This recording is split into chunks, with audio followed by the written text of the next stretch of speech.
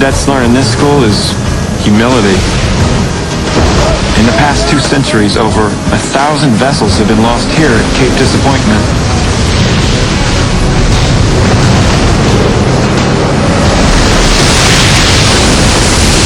When waves are small, Oscar, our search and rescue dummy, likes to take a swim. All right. Man overboard! Starboard side! Daryl, you got my pointer. All right. Starboard side, on your feet. Stand by. We'll be coming around when I get a hole. All right. 2 waves, make it in front. Search and rescue drill in calm water is no problem, but we need to be able to rescue boaters in 15-foot seas. That's tough work.